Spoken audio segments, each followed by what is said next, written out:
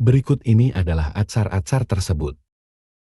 Diriwayatkan dari Abu Juhaifah radhiyallahu anhu, bahwasanya dia berkata, "Aku berkata kepada Ali, apakah Anda mempunyai kitab catatan ingatan?" Ali radhiyallahu anhu menjawab, "Tidak, kecuali kitabullah atau pemahaman yang diberikan oleh Allah kepada seorang muslim dan yang ada di lembaran ini akal." Tanyaku, "Apa yang ada di dalamnya itu?" Ali radhiyallahu anhu menjawab, "Akal, membebaskan budak, dan tidaklah seorang muslim dibunuh karena membunuh orang kafir." Diriwayatkan juga dari Abu Juhaifah radhiyallahu anhu bahwasanya dia berkata, "Aku bertanya kepada Ali radhiyallahu anhu, apakah Anda mempunyai sesuatu dari wahyu selain yang terdapat dalam kitabullah?" Ali radhiyallahu anhu menjawab, "Tidak, demi zat yang memecah biji-bijian dan menumbuhkan tunasnya, aku tidak mengetahui suatu apapun, melainkan pemahaman yang diberikan oleh Allah kepada seorang muslim tentang Al-Quran, serta apa yang terdapat dalam lembaran ini." Aku bertanya lagi, "Apa yang terdapat dalam lembaran itu?" Ali radhiyallahu anhu menjawab, "Akal, membebaskan tawanan, dan seorang muslim tidak dibunuh karena membunuh orang kafir." Diriwayatkan dari Abu Tufail, bahwasanya dia berkata, "Kami berkata kepada Ali bin Abi Thalib radhiyallahu anhu, kabarkanlah kepada kami tentang apa yang dirahasiakan Rasulullah Shallallahu Alaihi Wasallam kepada Anda." Ali menjawab, "Beliau tidak membeberkan rahasia apapun kepadaku yang beliau sembunyikan dari manusia, tetapi aku mendengar beliau bersabda, Allah melaknat orang yang menyembelih tanpa menyebut asma Allah dan orang yang melindungi orang yang berbuat bid'ah." Dalam riwayat yang lain diredaksikan sebagai berikut. Rasulullah Shallallahu Alaihi Wasallam tidak pernah memberi kekhususan kepadaku tentang apa yang dirahasiakan kepada orang-orang. Mengenai tiga atsar ini, komentar kami adalah sebagai berikut. Pertama, riwayat tiga atsar di atas menduduki puncak kesahihan, karena diriwayatkan oleh Al-Bukhari Muslim dalam hadits pertama dan kedua. Imam Ali radhiyallahu anhu menafikan hak istimewa terhadap dirinya. Sedangkan pada atsar ketiga dia menafikan adanya penghususan suatu ilmu yang hanya diberikan kepadanya. Kedua, dalam ketiga riwayat tersebut ada isyarat bahwa Ali radhiyallahu anhu sempat hidup di masa yang mana beliau menjadi sasaran ide hak istimewa itu. Maka dari itu, beliau cepat-cepat mengingkarinya supaya nanti tidak digembar-gemborkan. Dengan bukti inilah sebenarnya orang-orang yang mengkultuskan Imam Ali radhiyallahu, bahwa beliau diperlakukan secara khusus oleh Rasulullah Shallallahu Alaihi Wasallam hanya mengada-ada, merancau, atau bodoh, karena yang mereka katakan itu tidak ada sandarannya sedikit pun. 2. Hudzaifah bin Al-Yaman radhiyallahu anhu. Beliau adalah salah satu sahabat yang menaruh perhatian besar terhadap tanda-tanda hari kiamat. Bisa dikatakan, beliaulah generasi pertama yang fokus terhadap kajian bidang ini. Perhatiannya yang sangat besar ini telah memperdaya beberapa orang yang berakibat pada klaim hak istimewa dirinya. Maksudnya, klaim bahwa Rasulullah Shallallahu Alaihi Wasallam memberikan pengetahuan tertentu terkait tanda-tanda hari kiamat kepada beliau yang tidak diketahui oleh sahabat yang lain. Oleh karena itu, kami ketengahkan dalam bahasan ini perkara-perkara apa saja yang disangkakan oleh beberapa kalangan, sehingga membuat sahabat yang satu ini menjadi orang yang disangka memiliki hak istimewa dalam menengarai tanda-tanda hari kiamat.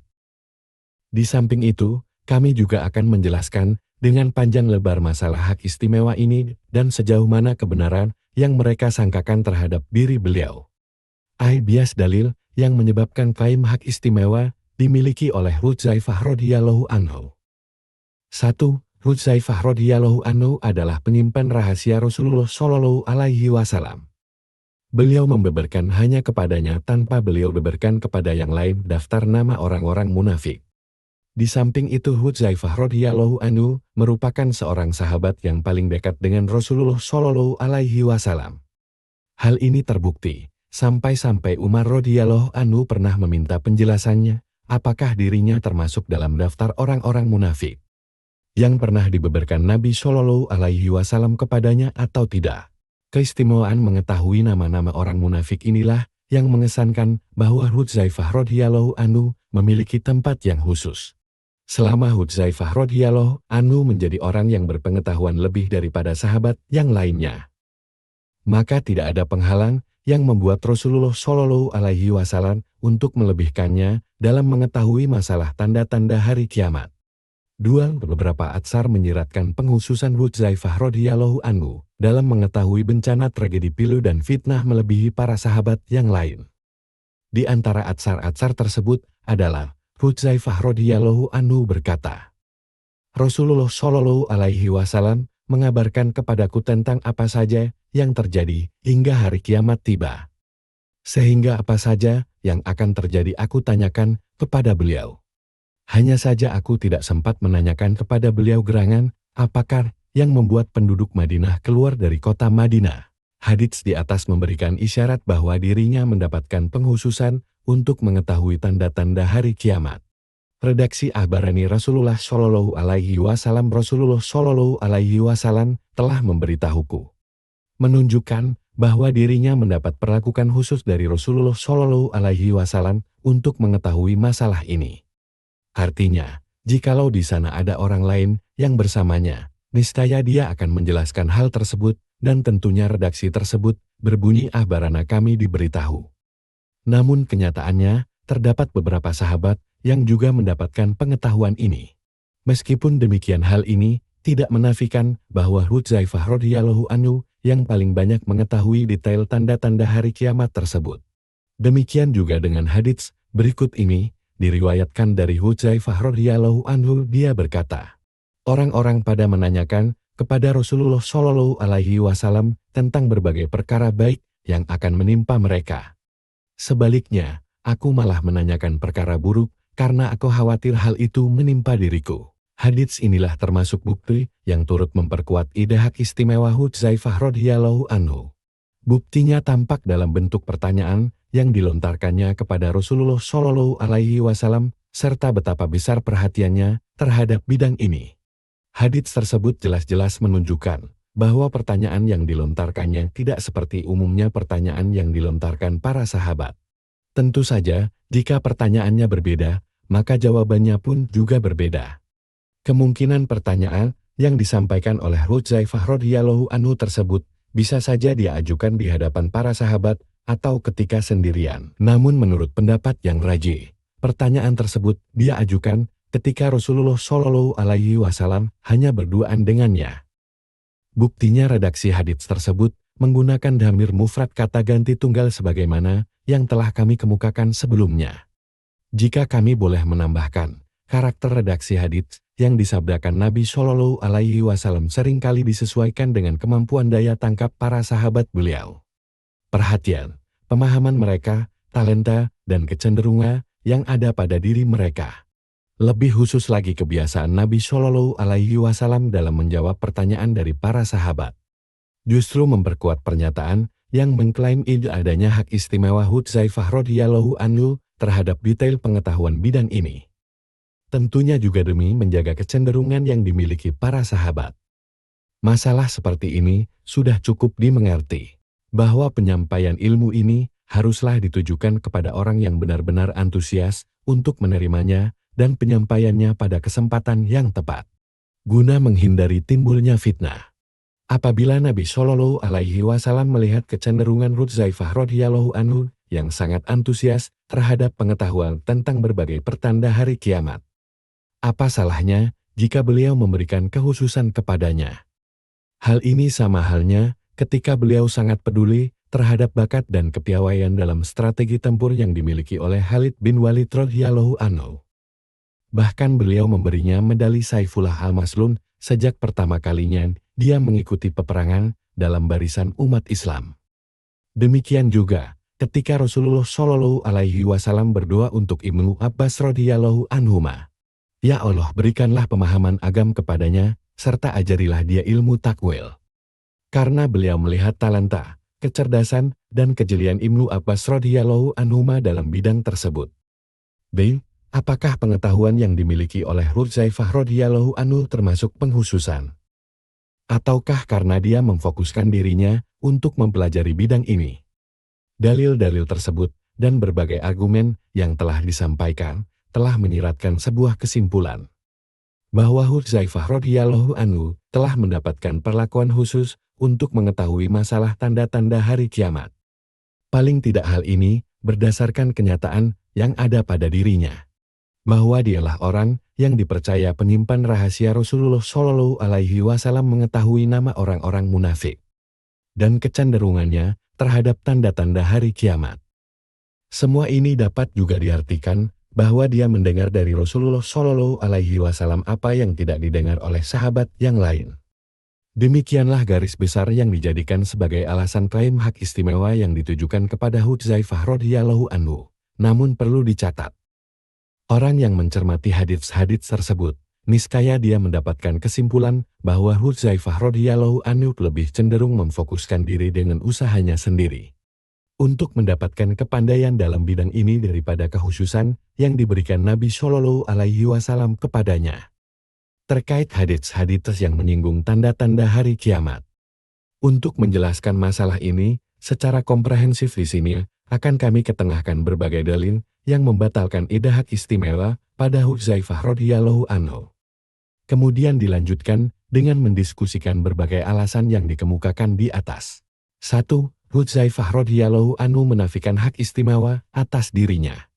Hudzaifah radhiyallahu anhu pernah berkata, "Demi Allah, akulah orang yang paling tahu terhadap setiap fitnah yang bakal terjadi dari sekarang ini hingga hari kiamat tiba. Tidaklah apa yang ada pada diriku ini, melainkan Rasulullah Shallallahu Alaihi Wasallam membeberkannya kepadaku tentangnya, yang juga dibeberkan kepada selain diriku."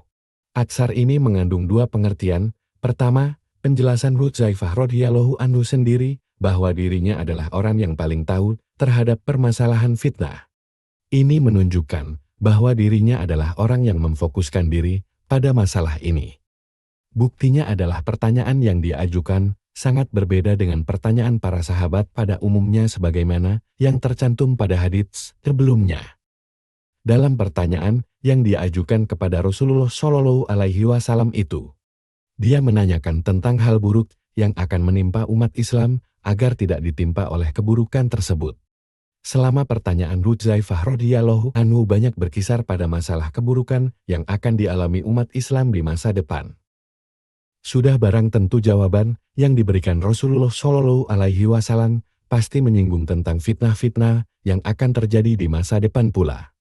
Apabila logika jawaban-jawaban yang diberikan ini sesuai dengan pemikiran yang inklusif dan didorong keseriusan yang amat besar terhadap kajian tentang fitnah ini, niscaya jawaban-jawaban yang diberikan Rasulullah Shallallahu Alaihi Wasallam itu akan menemukan kebenarannya melalui pemahaman dan penelitian detail-detail kejadiannya.